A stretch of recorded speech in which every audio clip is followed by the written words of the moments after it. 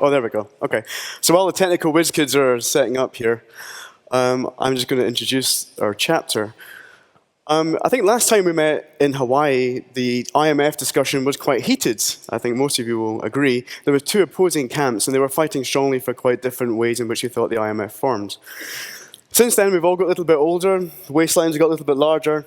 There's more physics in the simulations, and I think the two camps are now beginning to reach an agreement somewhere in the middle where they both realize that actually the other side had a good point. And what we want to do in our chapter for PP6 is try and summarize what's happened since PP5 and where the big uncertainties still lie and where we should be going in the future. I think we're almost there. Go to the first slide, guys. Slide number 1 would be good. Okay. Can we go to slide number 1? Okay. This one? Nope. I can get it here.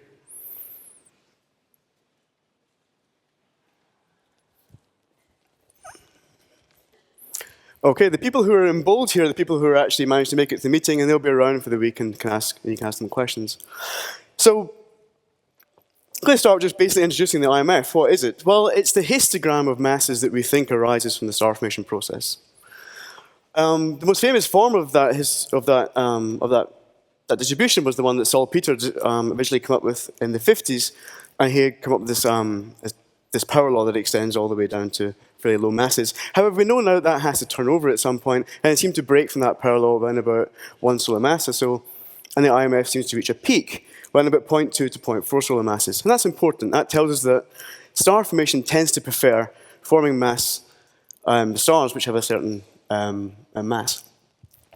And there have been various different ways to parameterize this distribution over the years. People have come up with kind of piecewise power laws, such as Pavel Kripa, or Gilles Chabrier came up with this kind of nice log normal fit, which then splices onto the salpeter slope at higher masses. Or Demarchi used this taper power law, where you have the salpeter at the high mass end. It flips over at some characteristic mass and continues down the brown dwarf regime. There's one more point in that graph there, and that's this orange line, which is the one from Thies and Krupa. And they suggested that the brown dwarfs may represent a separate population entirely, and they may not be part of the underlying IMF. Now, that's a fairly controversial idea. I think most people would suggest that they are just an extension of the stellar process. But I thought I'd put that up there to let you see that things become more uncertain as we move to lower masses. So, why is IMF important? Well, clearly it's the endpoint of the star formation process, so as star formation theorists and observers, we always want to know why do stars have that mass? Okay, so that's very important for our field. For the planet field, we know that the properties of planets also strongly depend on the host star around which they form. And so if you want to extrapolate your planetary statistics out to other galaxies, for example, then you have to have some idea of what the underlying IMF actually is. On more grandiose scales, in terms of astrophysics in general, almost every population of an observed galaxy at some point depends on assuming an IMF. Okay? And one extreme example is, for example, the star formation rate indicators. They tend to be only sensitive to a very, very small range in the mass function at fairly high masses. And then they have to extrapolate down, when they want to work out the full star formation rate in that galaxy, down to low masses, assuming some functional form of the IMF. So if there are variations in the IMF, you're going to get the properties of those galaxies wrong. So it's very good. It's very important that we understand what those variations are, if they exist. So do we have variations in the IMF? Well, locally, it would seem the answer is no. And Estelle has compiled this nice plot here of various IMFs from young regions, from different clusters, and they span around about 35 megayears to 120 megayears in the Pleiades. They have different amounts of mass under those curves. But what seems to be the case is that for every cluster you look at, the IMF inside it seems to be drawn from some underlying population. Okay? We don't seem to see any systematic variations when we look at clusters of these ages. However, we do see some systematic trends in the IMF when we look at clusters that are more evolved. For example, take the Pleiades here at 120 megayears, and we compare it to the Hades at 600 megayears. You can see quite clearly that there's a difference at the low mass end. You've lost a lot of, so deficit of low mass objects, okay? And that seems to be a trend that increases with age. However, we think we understand that. That's just dynamical effects that go on inside those clusters. The clusters have stellar encounters within them. Those stellar encounters then throw out the low mass objects, leaving predominantly the high mass objects, which is why the clusters That's why the IMFs all converge back up here again. And then from n-body simulations, we think that that actually kind of seems to make good sense. So here's an n-body simulation looking at the fraction of the initial fraction of brown dwarfs that are remaining after a certain time, done in crossing times of the clusters. And there's different clusters put on here in the black lines in this n-body simulations from Adam et al. And they find that if you take the dynamical ages of those clusters that are over here on the left and plot them over here, you find they fit that distribution quite well. Okay, so I think we understand that sense. But it says that you have to be very careful when you're trying to fit the IMF. You have to know what's happened to that cluster in its evolution to be able to account for the stars that you don't see. The important thing is that all those clusters are still drawn from that same underlying IMF, as far as we can tell from the statistics. When you get to the low mass end in very young systems, we do start to see some trends, we see some differences. Estella has compiled this list of studies that have looked at the mass function, the slope in the IMF, round about the break from where you go from hydrogen burning into the brown dwarf regime. And what you see is that within the errors, the slope still seems to be fairly okay. So it still seems to be fairly universal. That's fine. However, as we go to lower and lower masses, we do start to see some problems as you move into that brown dwarf regime. Okay. Now, we have to be very careful when we're trying to fit the IMF in very young systems. There's a number of things which makes it incredibly difficult. One of them is that you have patchy extinction. It's very difficult to derive the masses of the objects. The other one is that these regions could still be forming stars, and so the IMF might simply not be finished yet in those clusters. And the final one is that we don't really understand the pre-main sequence tracks when we get to very, very low masses and also get to these very, very young ages. Okay, so there are uncertainties there, but still it looks like there could be uncertainties and there could be variations in the low mass and the IMF, but still it could also just be consistent with our misunderstandings of the models and also within the observational uncertainties. Okay, so something to bear in mind. As you move outside the galaxy, the situation gets less clear. I mean, it's typical in astrophysics. If you take something you don't understand, you put it further away, you end up with yet more uncertainty. And the extragalactic community particularly likes this plot. It's the modal plot, which was a version of it here from this paper in 2008 by Van Dokkum. And it's plotting the star formation density. So that's the solar masses per year per cubic megaparsec in the universe as a function of look-back time, or in this case, redshift. And what they were saying in this paper was that it doesn't seem to be consistent with a standard IMF, which would be up here. This would be the Chabray or Krupa type IMF. And they suggest that the IMF has to evolve with redshift as we get to more present day. Now, to derive this axis, they had to also assume something in here as well. So there's a kind of the degeneracy there between the axes, and it's not clear that we really understand that. But what it does show us is that something is wrong. We don't really understand something somewhere in how the IMF and how the light from those stars emits as we go to higher redshifts. Nate Bastian put this slide together which shows a kind of a collection of different camps. So there are two camps that say that extragalactic IMF is essentially varies from place to place, and there's also people that say that it's universal. Some people say it's top heavy, so that means there's more high mass stars than we'd expect. Some people are saying it's bottom heavy, there's more low mass stars than you'd expect for Chabray IMF. And then some people are saying it's essentially the same, right? But you'll notice that if you look back and forward in here, you look at the author lists, you actually find that some people are in both camps, if not all of them, okay? So it depends where you're going. So, and something that Nate Bastian likes to point out is that all the populations, all the determinations of the IMF in these galaxies are fitting mass to light ratios, which rely on stellar population synthesis models, okay?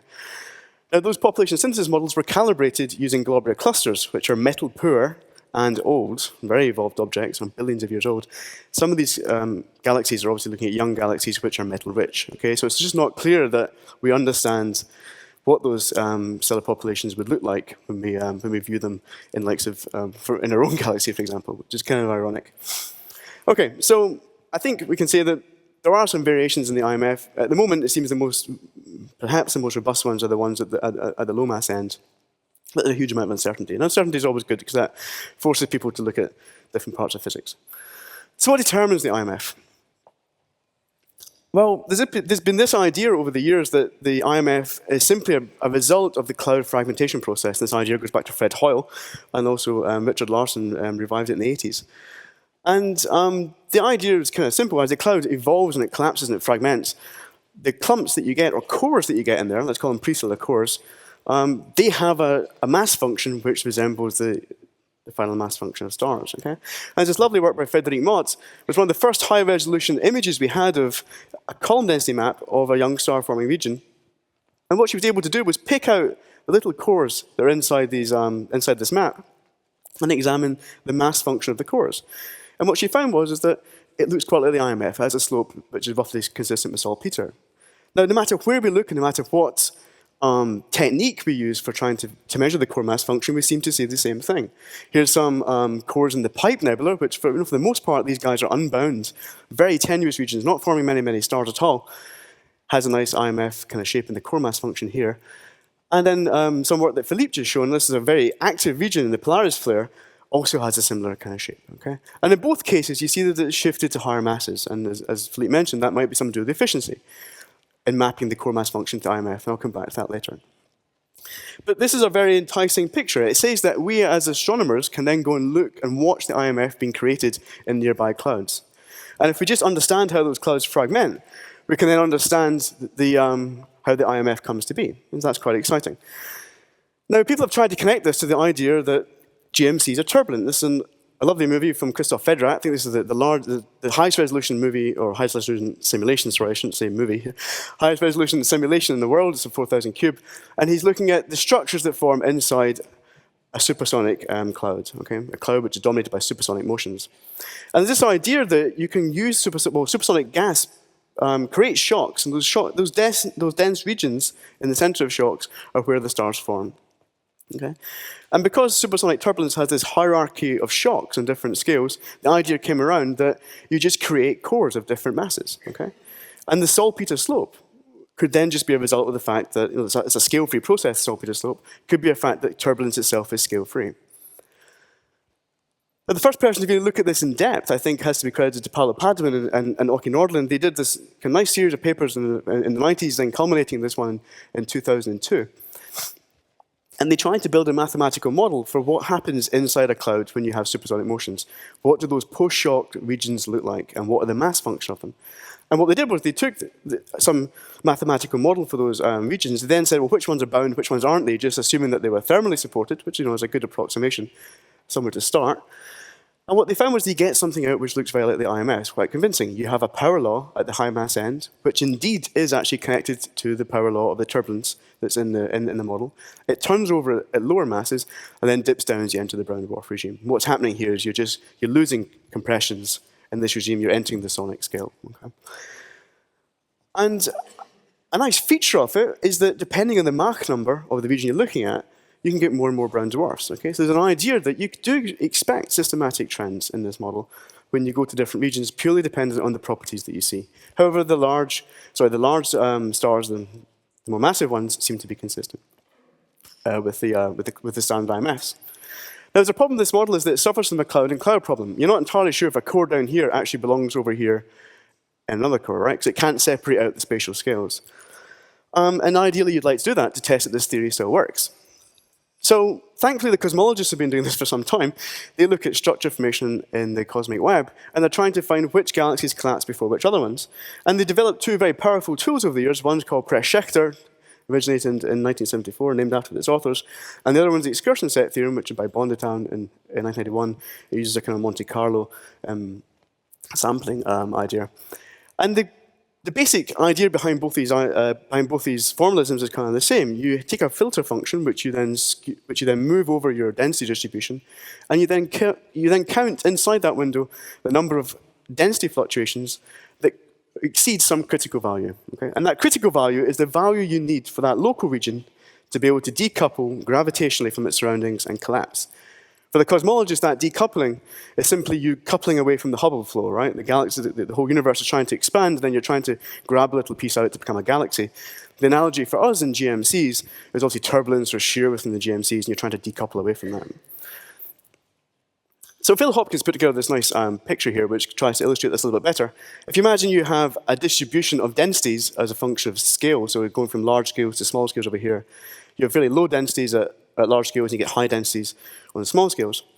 And the red line is that critical density, the one you have to breach if you're going to be able to locally be able to collapse. Okay? And he was postulating that you could breach it several times, and at each of those different scales, it could be a different physical process that's preventing you from breaching it. Okay?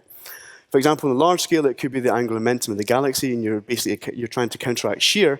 Then at smaller scales, it could just be general turbulence, for example. And then at the very smallest scales, the last time that you cross over this point, that's probably just your thermal Jeans mass, or some sort of combination of magnetic and thermal Jeans masses.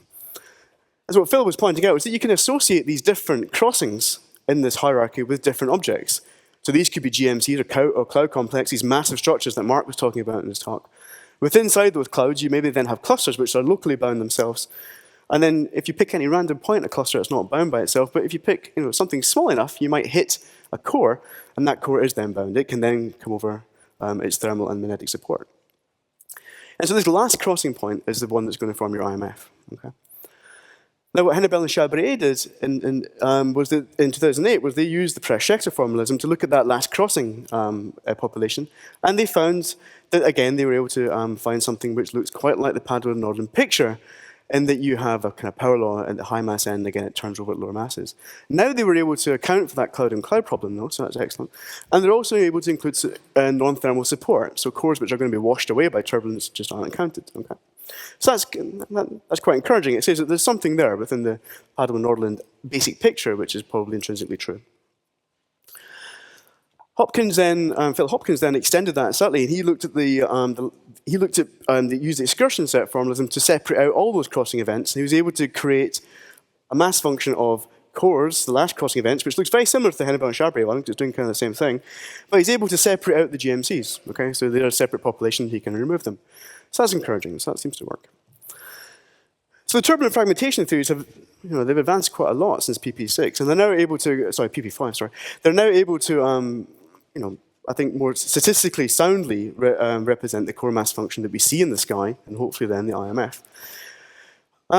What's interesting is that they suggest that you can vary the number of brown dwarfs. They go from region to region. That's kind of nice. In early-type galaxies, those bottom-heavy IMFs that the extragalactic people are seeing could just be due to the fact that there's more turbulence in those regions. Okay, and that then fits the theory quite nicely. And so there's a potential to make a very powerful prediction. So where's the IMF? So should I sit down at this point, or should I keep going? So I won't let you decide that. I'm going to just keep going. What is the relation between the core mass function that you get and the IMF? So there's a number of implicit assumptions there when you map from one to the other, which are often skipped over, or are just assumed to kind of work in some way. And it's worthwhile examining what they are. Okay. So what are they? Well, cores must, here's my list, they must neither accrete further nor merge with their siblings, because then you break that nice picture of the core mass function you have, okay? And then you'll get a wrong IMF. Or if they do so, they must do so in a way that preserves that shape, okay? So the question that is there is, why is it we look at all these different regions at slightly different ages, do I see the same underlying core mass function? If that's not worrying you, you've not thought about it. Second one is that the cores must fragment self-similarly. So you can't have 100 solar mass core forming 100 stars, and a 1 solar mass core just forming 1 star. Otherwise, what will happen is you start to overpopulate the low mass end of the IMF, right? You get too many objects. So there needs to be some self-similarity in how they fragment. And again, that's unclear. Why would you expect a core with 100 solar masses only to form 2 objects, the same as a core with 1 solar mass? Not sure. They also have to the same star formation efficiency, and that comes back to that idea that Philippe was pointing out. They have to shift that entire mass function over to the side. Again, why would a high mass core, which has very different physics inside it, have the same underlying star formation efficiency as a very low mass core, which is maybe forming just a brown dwarf? Again, that's not clear. They also need to form stars on a similar timescale. You can't have all the high mass cores collapsing to form stars first. Otherwise, when you look at a region of active star formation, you would only see the high mass stars. That's not what we see. And perhaps my most barbed one, which, in some extent that's been addressed by Philippe in his talk very nicely, is that those cores need to be capable of actually forming stars, the one we see in the sky, okay? Now, I'm not able to talk about all of these today because I don't have time, so I'm just going to highlight a few of them, and I'm going to focus on them. I'm going to focus on this last one first. Are prestellar cores actually gravitationally bound? And I would say we don't actually know, okay? To determine whether a core is bound, you need to know its mass, and you need to know its thermal energy. That just tells you whether it's got a Jeans mass or not. It doesn't tell you whether there's anything else in there, okay? Now, the mass is typically derived from a column density, almost always derived from column density. And for most of the core mass functions you've looked at, those are obtained from dust emission. Now, dust emission has this kind of feature that the flux that you get is a function of the dust column density, which is what you're trying to measure, and also the temperature of that dust, including all the line of sight effects, okay? And so the thing you're trying to measure now, the mass, is now a function of temperature. Okay. Now, the internal energy is also a function of temperature, so you now have everything just based on temperature, right? So if I try to work out the number of genes masses in my core, I now get it going as T to the minus 3, right? So it's very, very sensitive. Now, Herschel has been fantastic. I mean, these kind of studies such as these EPOS team up here in Heidelberg, they now have these multiple wavelengths, and so you can actually pick apart the SEDs and try and fit the temperature of those points. And so we can do a better job of this. However, that uncertainty will always be there. And something that Brandon Kelly was pointing out is that you also have to be quite careful about how you do your statistics when you're looking at the dust properties to derive those temperatures. It's not entirely obvious that a normal chi-squared approach will give you the right answer. In some cases it might do it, in some cases it might not. Okay. The other thing is that, as also been alluded to, is we don't entirely know what's happening inside in terms of velocity structure or magnetic fields. Again, these are two very difficult things to determine. We're typically confined to only the line of sight component, and then we have to do some statistical analysis. I don't think we've done that statistical analysis well enough yet to say that all those cores are definitely bound. Okay, and that's something I think we still should be doing. So for the rest of the talk, I'm going to assume that the cores are now bound, and we're going to come back to those mapping issue between the core mass function and the IMF. So there's this issue of fragmentation. Back in PP5, I got it right this time, back in PP5 land, we didn't have much physics in our models, and what we tended to find was that everything fragmented, right? So if I had 100 genes masses in that core, I got 100 objects out, if not slightly more, okay? What we've been doing since then is putting in more and more physics. There's lovely work by Benoit Commasson here. He has magnetic fields in there, and he also has radiative transfer, okay? And what he was showing is that as you increase the magnetic field strength, your weak magnetic field, you get lots of fragmentation, okay? Even with the radiative transfer. He's got some turbulence in there as well, I should say. And then when he ups the magnetic field strength, pardon me, he finds that he reduces a lot of the fragmentation in the core. So that's encouraging. It's quite an encouraging idea for that mapping between the core mass function and the IMF. So that is good. However, what we don't really have is a full parameter survey. There's a massive range of turbulent field strengths and magnetic field strengths that you could have. You're also assuming ideal MHD here, okay? So there's a lot of things you don't really know, okay? So I think statistically, we still don't know where that actually holds. Can we get that self-similar fragmentation from core to core? Okay. The other thing is the star formation efficiency within the cores. We've seen here that this IMF peaks, the core mass function peaks at a higher mass than the IMF, and so you have to have either some efficiency problem, or they'd all have to form just lots and lots of stars. If they're going to form just binaries and triples, which is kind of the best case scenario, potentially, then you would need the star formation efficiency in the core of around about 50%. And that actually harks back to the old ideas of Terby and Shu and Chris Matzner. That's the kind of numbers that they were coming out with for a typical core. Do we see it in the simulations? Well, I think we can see it now. There's nice work by Mishida et al. Here looking at forming a brown dwarf in the center. Starts with a core which is just over 0.1 solar masses, ends up with a brown dwarf at the end. It's able to create a jet and a wind here, which is able to throw off much of the core envelope and actually reduces the mass of the object inside. So it looks like you can do it. However, the cases where it works the best tend to be the ones where you have this very nicely aligned magnetic field along your rotation axis. Okay, and again, we're not sure really if cores are in that situation. And there's a huge parameter space. So I think there are some encouraging signs that does work, but we still haven't really padded it out for the full parameter space. So the emerging picture of the core phase, I think, is perhaps it plays a bigger role than we thought. Well, some of us thought, including myself, thought it did at PP5. But there's still a couple of enigmas. The cores in the pipe, for example, they have a beautiful mass function. It looks very like the IMF. They're not bound. For the most part, those cores are just pressure-confined subcritical Bonner-Ebert spheres. Okay? So that's kind of interesting. I don't really understand that. The cores in Aquila that the Gould-Belt team have discovered also have a roughly similar shape to the IMF, but this time they're shifted to lower masses, and again, they're unbound again. So that's interesting. I don't think we fully understand that either.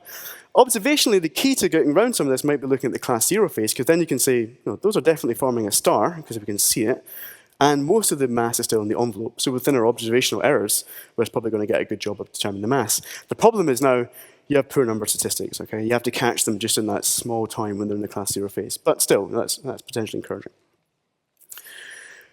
So I'm going to abandon the idea of the cores for a minute and just move to a bigger picture, talk about clusters, and talk about the cluster simulations that have been done over the years. And they provide a nice test bed for looking at different physical processes and seeing whether they affect the IMF. Okay, we can explore the IMF in these models. Now, I always like to point out that astronomy as a subject doesn't really have an experimental department. The simulators really are the experimentalists, and I like to tell people when I'm on a plane that I'm an experimental star formation person, just to see their face. I want to see what they're thinking behind the eyes there. Maybe they think I'm keeping little stars in a cage and feeding them nuts or something. But it actually does give us a good chance to actually play with the physics and see what's going on there. Okay? And so what I'm going to do now is roll call a bunch of simulations that have been done since PP5 and see show what effect they've had on the IMF. Okay? So the first thing I'll start off is properties that impact the IMF in the simulations, but probably shouldn't in reality. First one is that, it depends on how you treat your thermodynamics. So if we start with an isothermal gas, the density and temperature of our box imprints a Jeans mass inside that box. And then what we find is that Jeans mass is imprinted, as you might expect, into the IMF that comes out the other side. It affects that characteristic mass of star formation. And we don't want that to be the case, right? We want always have the same peak. So it tells us that very, very simple prescriptions of thermodynamics are probably doing the wrong thing. Philip Gerahides actually has some nice paper here where he was looking at different density profiles, and he found that, again, when he has simple thermodynamics, he can get very different IMFs coming out the other side, just depending on the density profile of the initial gas that's going to form the clump, the cluster-forming core or clump has at the beginning of a simulation. Okay, so that's also not encouraging. So I think that's something we have to be careful of. We have to do a better job of thermodynamics. Properties that do not impact the IMF, and the simulations observations would tend to agree. The first one is that it doesn't matter if we look at a little bit of a cloud, such as Mark did with this periodic box here, or if you take an entire isolated cloud, such as Matthew does with his sphere, the IMF that you get out seems to be the same, okay, when you put in all the physics, okay, which is what they're trying to do here. A caveat there is that we haven't really formed that cloud, right? We just assumed we've played God and we've swept the mass together and then we've let it go. The question is, well, how does it get there? So again, we come back to this idea of the clouding flows as potentially a way of forming those objects. And those are very exciting simulations, and they can actually maybe try to build us up clusters in a more self-consistent way. But the problem is that we still don't have the resolution. Okay, you have to have very high resolution to get that whole problem right. And there's a huge difference in the timescales, the cloud formation timescale, and the binaries that are happening on the small scales. So it's very, computationally, it is a nightmare, and people are working on it now. But it's going to take a while before we really have a good picture of what's going on there. The other thing which gladly doesn't seem to make a difference in the simulations is how we decide on the turbulence. So whether you decide to drive the turbulence continuously during the simulation, such as Philip Gerahides is doing here, and then he's using different types of driving. Compressive is when he pushes the gas together in kind of sheets. Then you've got the solenoidal case where you're stirring it like a big spoon, and then you get some mix in between the two. What you tend to find is that the IMF coming out the other side doesn't make any difference. Matthew Bate has also shown that when he puts so he uses decaying turbulence, it doesn't matter what his power spectrum is initially. It can be this K⁻⁴, which is similar to the Larson scaling laws, or he can put more energy on the high scales, and on large scales by steepening it. Doesn't really matter. The IMF that comes out the sides, these two cumulatives are sitting over the top of each other, statistically indistinguishable from one another. So that's encouraging. The other thing is, if you're doing a proper job of your thermodynamics, you can finally start to look at things such as metallicity. And that's kind of fun, because we know that globular clusters have very low metallicities, and yet they seem to have a IMF which is consistent with saltpeter and Chabrier, etc. So what Myers et al., I hope you can see that reference there at the side, sorry. What Myers et al. Was showing was that when they dropped the metallicity by up to a factor of 20 in their box, they got the same IMF coming out, right? So that's, again, encouraging. That helps explain globular clusters. And I should say that Matthew Bate also has a poster on this where he looks also at the multiplicity in that situation. He does find differences in the multiplicity as you change the metallicity, but not in the basic IMF. Some work that we've been doing in Heidelberg has also been looking at extremely low metallicity, so down 10 to the -5, 10 to the -4 of solar metallicity. Even then, until you get to that point, you don't really see a huge difference in the IMF. Okay, it's remarkably robust. And it's not until you get below that value and then into the primordial gas that you expect from the Big Bang that you start to see your IMF flattening. Okay. So again, that's encouraging. So properties that impact the IMF in the simulations, and the simulations would suggest are necessary, are the following. One of them is radiative transfer, right? I think we all knew that was coming. Here's some simulation by Matthew here with and without radiative transfer. And you find that without it, the isothermal equation in the state allows the disks to fragment like crazy. Thank you. And you see that there's lots and lots of fragmentation, and that fragmentation produces lots and lots of brown dwarfs. In fact, it produces too many brown dwarfs. And when he puts in the radiative transfer, those disks are now stabilized. Okay? The radiation coming from the central star and also from the accretion luminosity is able to stabilize the disk and prevent it from fragmenting. And the brown dwarf regime starts to look a little bit more sane. the low mass end of the IMF starts to look better, and you get back in line with what we see observationally. So you need to have the rate of transfer to get the low mass end correct. What happens in the radial transfer models when you leave them for long enough is eventually they start to form high mass stars, and those high mass stars start to, they're quite boisterous. They start to heat well beyond the point where they form. They start to heat the gas further away, and what you get is and it starts to inhibit the fragmentation in those surrounding cores. So the gas doesn't fragment there, and instead what happens is it falls onto the big guys. So you've stopped populating the low mass end of the IMF, and you keep eating things at the high mass end of the IMF. And what happens is the IMF gets gradually flatter and flatter and flatter, okay? Until you get a top-heavy IMF. What Mark found is that when you put in a wind from the stars, he was able to blow away that gas, and it stops it from accreting onto those stars, and potentially allows it to push further away, where it can form a low mass star by itself unhindered, and you recover a better IMF. Okay? So that looks like that's important. The winds actually do make an effect there. And you do get a better IMF, but I say it still looks a little bit flat there. Okay, could be potentially, it looks maybe like -2 or so, maybe not -2.35. So is there something else missing still? And what people have shown us always comes back to magnetic fields, right? When you put magnetic fields in, this is counterintuitive, I must confess. When you put the magnetic fields in, you tend to get lower mass objects come out of the simulations. Okay. So Mark's simulation didn't have magnetic fields. They are running some now, so we'll be interested to see what comes out there. But these nice studies by Hockuk and also by Lee et al. Have shown that as you increase the magnetic field, what happens is you form more and more filaments in your cloud, and those filaments have a different Jeans mass, okay, and they fragment differently, and you're able to form lower and lower mass objects, and so you populate the IMF at lower mass end, okay. So that's interesting. So some of the simulations, this is going to be in our chapter, it's compiled by Stella, and what it shows is the cumulative mass functions from a bunch of the simulations which we just presented there, plotted against the Chabry IMF in the black as the cumulative. And in this panel, what we're doing is we're integrating only from point 1 up, and then showing the observational uncertainties, okay? And what you see is that the simulations which don't have particularly very much physics or do a poor job of doing the thermodynamics lie consistently off the plot, all right? However, when you ignore the low mass end of it, and you actually look at just using from point 1 up, over here, you find actually they do start to almost touch the observational uncertainties, okay? So really what's happening there is that you're getting the low mass end of the IMF wrong. When you put in the physics, extra physics, such as the winds and the rate of transfer, and look at different metallicities, etc., you find that you sit bang on the curve, okay? So that's encouraging. So again, that will be in our chapter, and you can then download it. If you want that image, you can then ask Stella for it. Okay, we talked a lot about the stars there. What about other secondary metrics? It's no good us getting the right IMF out of our simulation if the cloud that we used to get it was nonsense. It doesn't look anything like an actual region of star formation. So thankfully, the simulations have a huge amount of information, and we just really need to go through and actually look at different metrics. And one of the ones that Stella was looking at in this recent paper, which was very nice, she was looking at the N2H+, so making a synthetic observation of N2H+, and looking at velocity dispersion inside the cores, and comparing it to the Wozlowski et al. Study, to see if we're matching the observations. And you find, yes, you get quite good agreement. Okay, so that's just one of the things you can do. And you can do different tricks with the cores. You can do similar to what Helen Kirk was looking at the coherence of the cores and how they interact with their surroundings, etc. Okay, so there's more things we should be doing there. And I should point out that most of the groups now are doing that, so that's good.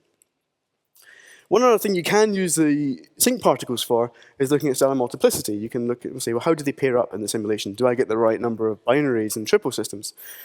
And Matthew and Mark have both done this in their simulations, and they find that they get the basic trend of the observation seems to be right. Now, there's a caveat there. They're reproducing, in a cluster simulation, deep cluster, they're reproducing the observed field multiplicity, right? It's not clear that the two of them should actually match, but let's say that perhaps they do. What's also nice is the fact that Matthew and Mark's simulations, despite the fact they're using very, very different codes and different implementations, etc., they're actually getting fairly consistent values with one another. And I think that's encouraging. It shows the simulations are beginning to converge, and that's good. So that's going to go. Yeah, I'm just going to summarize there. What's new since PP5? Observationally, I think our focus on the IMF has shifted. In PP5, people were focusing on what was happening at the high mass end of the IMF, right? I think that has gone slightly. A lot of that was just put down to mass segregation. And now the big, at least locally, in the local part of the universe, the big fight is over what's happening at the low mass end. So it's good, but something's different, at least different argument.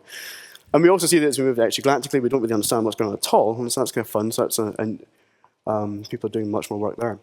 The fragmentation theories have, I think, have evolved substantially since PP5. We now have much more advanced statistical methods for looking at the fragmentation in clouds, and they've been borrowed from cosmology. So in principle, we can also borrow the tools from cosmology to then analyze the simulations and see if those match up. And we can test those different parts of the theory. That still needs to be done. We haven't done it yet, but it's something we should be doing. The simulations are now able to put a wide range of physics in. And I think what's clear is that as you put more and more physics in, the two camps, the strongly competitive accretion camp and the strongly fragmentation camp, have kind of moved into the middle and said, well, actually bits of both of those actually happen in reality. The exact ratios are still fairly unclear, and I think we still need to do more work there too. So outlook, I think we're getting more information on the IMF, and I think people looking at the galactic centers is very exciting, because then you can try and use that as a stepping stone to the starbursts that are in that modal plot, for example. And so that's exciting. The piece of the core properties, now that Herschel is here, as Philippe was saying, we can now get a much better handle on what is happening with the dust, right? And everything in star formation boils back to what's going on with the dust. And so I think Herschel is a massive resource there, and we're going to have that for the next 20 years or so, and by the time we've gone through all that data. The simulations still need to connect this core mass function to the IMF. Some studies tried to do that when we had fairly simplistic thermodynamics. I think now that we have much more complicated thermodynamics and magnetic fields in there, etc., I think we need to go back and redo that again. Okay, so I think there's more work to be done. And I think something that all the groups are doing, and it's going to be the future definitely, is taking the simulations and putting them into the observational plane. Okay, creating those Herschel maps for you, which you can then get your observer friends then to go along and look and see if you're getting the same ideas coming out at the other side, which the theorists and the simulators are seeing. Okay, thank you. I'll stop there.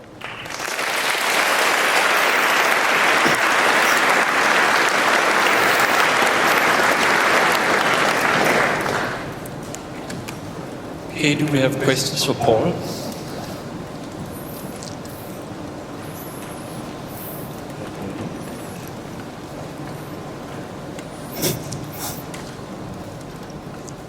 In the beginning of the talk, you mentioned that if you change the properties of the turbulence that you put into your simulations, you get the same IMF. And then later you said if in the cluster forming regions, if you turn on the outflow feedback, you'll get different IMF. But I think the outflows should also drive turbulence. So why in the later case, turbulence somehow change your IMF? Okay, so, well, I think the effect that the turbulence, or the outflows seem to have, yes, they do drive the turbulence. What we think is that the turbulence then doesn't really change the IMF very much. But what those outflows do is then remove gas which is potentially too hot, okay? If you didn't have that radiative feedback in there, those simulations would create the right IMF. It would just keep eating more and more and more and more of the gas, okay? So, from what I think is, most simulators would agree that the turbulence that's ejected from those cores in terms of the outflows and winds is really not changing the IMF by changing the fragmentation properties of the cloud. It's just getting rid of hot gas that, when you put in the physics, is then necessary. It will then screw up your IMF. Okay, so that's what's happening. Okay, Hans. Yeah. I hate to bring it up again, but you didn't mention much about binaries, neither in the observational section nor in the theory section. So would you like to comment a little more, give you another chance? Thanks, Hans. So I think Kathy's going to be talking more about this in a couple of days or tomorrow or something, so I should say something at least. I think we came to the conclusion in the pre-radiative transfer periods that the binaries tend to come from disk fragmentation. Okay? Before we put in magnetic fields, that seemed to be the case as well. Now, as you put in the magnetic fields, people are saying, well, we might not form disks anymore, right? Now, that might just be due to the way they've used the initial conditions. The disk may still form, we just don't know. But what you tend to find is that if you just have turbulence in the cores, you do tend to get fragmentation in the cores as well still. How the properties of those of how those cores collapse and those objects interact, we still haven't really tested. But I think what Matthew is showing, and what Mark's also showing, is that they've got this kind of big cluster, kind of chaotic mess, is that you do seem to get the right binary distribution emerging from the simulations, even when they include the radiative transfer, okay? And people have criticized this. Simon Goodwin, for example, if he's here somewhere, will probably say, well, they're fitting the wrong distribution. They're fitting the distribution of objects that's taken from the field stars, and there's still lots of stellar evolution, lots of cluster evolution to go, and it's not clear that those binary properties will then stay the same. And so groups are now looking at what happens if they take in-body calculations and run them further. Do they get the right properties in the field? I think that's still uncertain, but I think that at the moment, the simulations still seem to be roughly consistent with the observations, I would say. Kathy may say something different tomorrow or later today. Okay. Oh, sorry. Good to see you. Hi, Andrea. Thanks for giving this nice review on the low mass end of the IMF, but of course I cannot agree with you that we are done with the discussion on the high mass end of the IMF, because just from a high mass meeting in Rhodes last month, we have discussed extensively what exactly binaries, as Hans would agree, do to the high mass end. And we now think that the high mass end is heavily shaped in the young clusters by the mass transfer, which we have ignored so far because we thought it was a small effect. And now we think that actually changes, alters what we observe in the massive clusters at the very high mass end, and it also changes what we think the age of these clusters are. So I wouldn't agree that we have solved the high mass end of the IMF either. I'm not sure you want to comment on this, but I think there will be comments throughout the conference on this in later talks. So my point was, I agree, I think that's excellent, but so my point was that a lot of the effects in the IMF that we've seen before can now be attributed to mass segregation. And for you yourself have done some nice work on this in the Galactic Center, and you find that, yeah, if you account for the mass segregation, it probably is still consistent with saltpeter. But yeah, I agree there is. So now there's a separate fight, I guess. That's true. Oh, really? Okay. So we look forward to that this week then. Okay.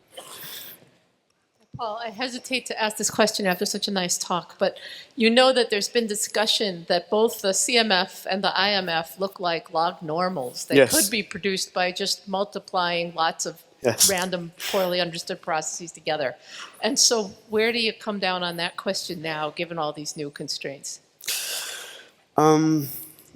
So I would tend to agree with that comment. From what I did in the past and looking at the simulations and looking at the core mass functions, and Rowan's done this, Rowan Smith has done this as well, you can pull out a core mass function from a simulation that looks really, really nice. You know, it looks like the IMF. Potentially is a little bit more log normal, like you say, and so people are maybe trying to fit what they think they should be seeing rather than actually intrinsically what's there in the data.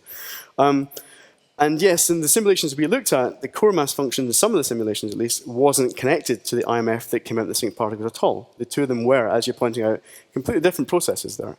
Now again, those simulations tend to be using very, very dense clouds, which are maybe not like nearby star-forming regions. If you start with lower density material, which reality has to do, I'm then not sure. So I would then pull back in my previous statements and say I would wait until we look at more low mass clouds and then in the simulations and see what comes out the other side then. But yes, I do agree. Yeah. Okay, let us thank the speakers of this morning session.